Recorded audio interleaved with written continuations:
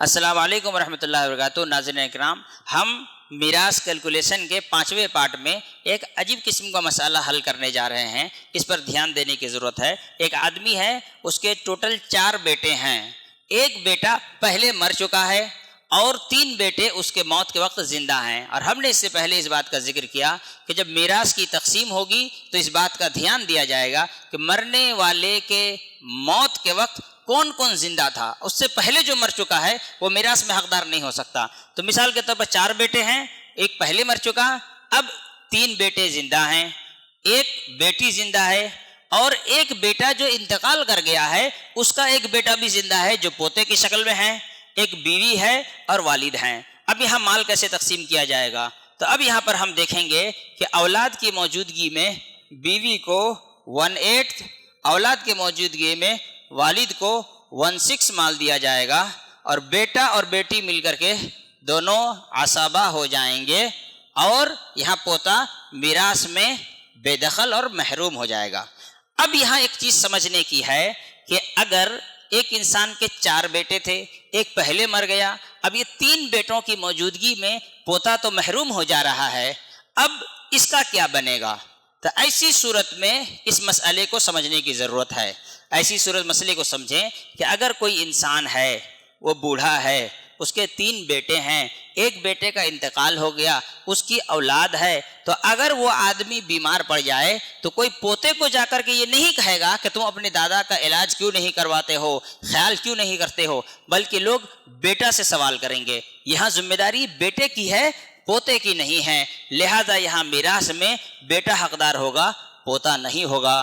دوسری بات، اب یہ کہہ سکتے ہیں کہ پوتے کا کیا ہوگا؟ اسی لیے ہم نے اس سے پہلے ایک ایپیسوڈ میں اس بات کا ذکر کیا تھا کہ اگر کوئی آدمی مال کماتا ہے تو ایسی صورت میں والد اس میں سے صرف اپنی ضرورت پوری کرنے کے لیے لے، اپنے مال و جائیداد میں اس کو شامل نہ کر لے، اس لیے کہ اگر اپنے مال جائیداد پراپرٹی میں اس کو داخل کر لے گا تو اس کے مرنے کے بعد اس کے چچا یعنی پوتے کا چچا اور مرنے والے کا بیٹا میراث میں حق پائے گا، اور پوتا محروم ہو جائے گا جبکہ کمائی اس کے اپنے باپ نے کر رکھی تھی۔ لہذا یہاں پہلی چیز، جب بیٹا مال کماتا ہے تو والدین اس میں سے ضرورت کے حد تک ضرورت جتنی ہے اتنی لیں گے، ذخیرہ کرنے کے لیے، پراپرٹی بنانے کے لیے نہیں لیں گے، اور جو مال رہے گا وہ بیٹے کا اپنا رہے گا اور اس کے مرنے کے بعد اس کے بچوں کو ملے گا، اور جو باپ کا رہے گا وہ ادھر تقسیم ہوگا۔ پوتے کے لیے شریعت نے ایک چیز رکھا ہے، وہ ہے وصیت۔ وارث کے لیے وصیت نہیں ہے۔ ان اللہ اعطى كل ذي حق حقه، اللہ کے رسول صلی اللہ علیہ وسلم نے فرمایا کہ اللہ تعالیٰ نے سبھی حق والوں کو اس کا حق دے دیا ہے۔ فلا وصیت للوارث، لہذا وارث کے لیے کوئی وصیت نہیں کی جائے گی۔ پوتا چونکہ وارث نہیں ہے لہذا پوتے کے لیے وصیت کی جا سکتی ہے، لیکن والثلث کثیر، 1/3 سے زیادہ پوتے کے لیے وراثت میں وصیت نہیں کی جا سکتی ہے۔ اب یہاں دادا اگر پوتے کو چاہے تو زندگی میں کچھ دے دے یا اس کے لیے وصیت کر دے، یہ یہاں پر اللہ نے رکھا ہے۔ ایک اعتبار سے یہاں اللہ رب العالمین نے یہ سسٹم اس لیے بھی رکھا تاکہ جو اس کے چچا ہیں، یتیم کی کفالت کا اس کو ثواب حاصل ہو، اسی طرح سے اس کے ساتھ رحم و کرم، صلہ رحمی، محبت اور قربت کے نتیجے میں اگر کوئی اچھا عمل کرے تو اس کا اجر و ثواب ان کو حاصل ہو۔ اب ہم اس مال کو تقسیم کریں گے، تو مال کو تقسیم کرنے کا طریقہ یہ ہے 8 اور 6، 8 کو 3 سے ملٹیپلائی کریں گے، مسئلہ 24 سے بنے گا۔ ٹوٹل مال کو 24 حصوں میں تقسیم کیا جائے گا۔ 8 × 8، 8 × 2 = 16، 8 × 24، تو بیوی کو 3 حصہ دیا جائے گا، 6 × 4 = 24، بیٹے والد کو 4 حصہ دیا جائے گا۔ اب اگر ہم دیکھتے ہیں کہ 3 حصہ بیوی کا، 4 حصہ والد کا نکل جاتا ہے تو باقی بچتا ہے 17 حصہ۔ اب ہم دیکھتے ہیں کہ 3 بیٹا ہے تو 3 بیٹے کو 2 حصہ کے حساب سے 6 اور بیٹی کا 1، ٹوٹل بنتے ہیں 7۔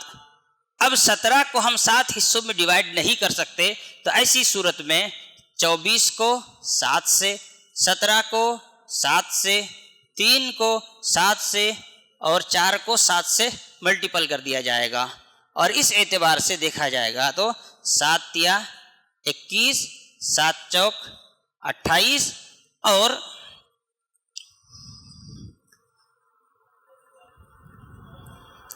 17 کو جب 7 سے ملٹیپل کیا جائے گا تو 119 بنتا ہے، اور 24 کو جب 7 سے ملٹیپل کیا جائے گا تو 168 بنتا ہے۔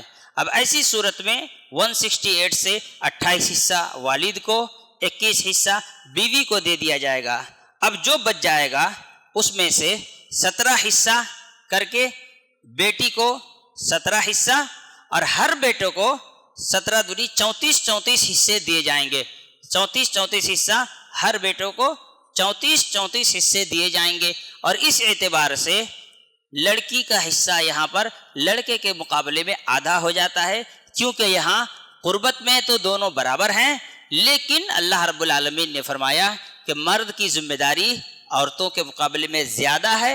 یہ اللہ کی طرف سے متعین کردہ ہے، بما فضل اللہ بعضهم علی بعض، اللہ رب العالمین نے مرد کو عورتوں کے مقابلے میں زیادہ اہمیت دی ہے۔ وبما انفقوا، کیونکہ مال خرچ کرنے کی ذمہ داری بیٹے کی ہوتی ہے۔ بیٹا نکاح کرتا ہے، مہر دیتا ہے، بیوی کو مہر ملتا ہے۔ ایک اعتبار سے دیکھا جائے تو بیوی دو طرف سے مال پاتی ہے، ایک مہر کے اعتبار سے بھی، والد سے وارث ہونے کے اعتبار سے بھی مال پاتی ہے، جبکہ شوہر کے لیے ایسا نہیں ہے۔ تو یہاں پر مال کو اس حساب سے تقسیم کر کے اس طرح سے اس مسئلے کو حل کیا جائے گا۔ یہاں سب سے اہم اور مین مدعا ہے پوتا۔ تو اب پوتے کے لیے ضروری ہے کہ یا تو دادا اپنی زندگی میں کچھ دے دے، یا تو دادا اس کے لیے وراثت میں کچھ وصیت کر دے، جو 1/3 سے زیادہ نہیں ہونا چاہیے، اور بقیہ مال اس میں تقسیم کیا جائے گا۔ یہاں احسان ہے، چونکہ میت کا بیٹا پوتے کا چچا ہے، وہ یتیم کی کفالت کا ثواب لے، جیسا کہ اللہ کے رسول صلی اللہ علیہ وسلم نے فرمایا انا وکافل الیتیمین یاتی الجنتی کا ہاکذا۔ اللہ کے رسول صلی اللہ علیہ وسلم نے فرمایا جو یتیم کی کفالت کرے گا جنت میں میرے ساتھ ایسے رہے گا، یعنی جس طرح سے یہ 2 انگلیاں ایک ساتھ ہیں۔ اور اسی طرح سے اس کے ساتھ رحم و کرم، شفقت اور محبت کا اجر و ثواب بھی یہاں پر پائے گا۔ اللہ رب العالمین سے دعا ہے اللہ تعالی ہم تمام لوگوں کو سمجھ کی توفیق عطا فرمائے۔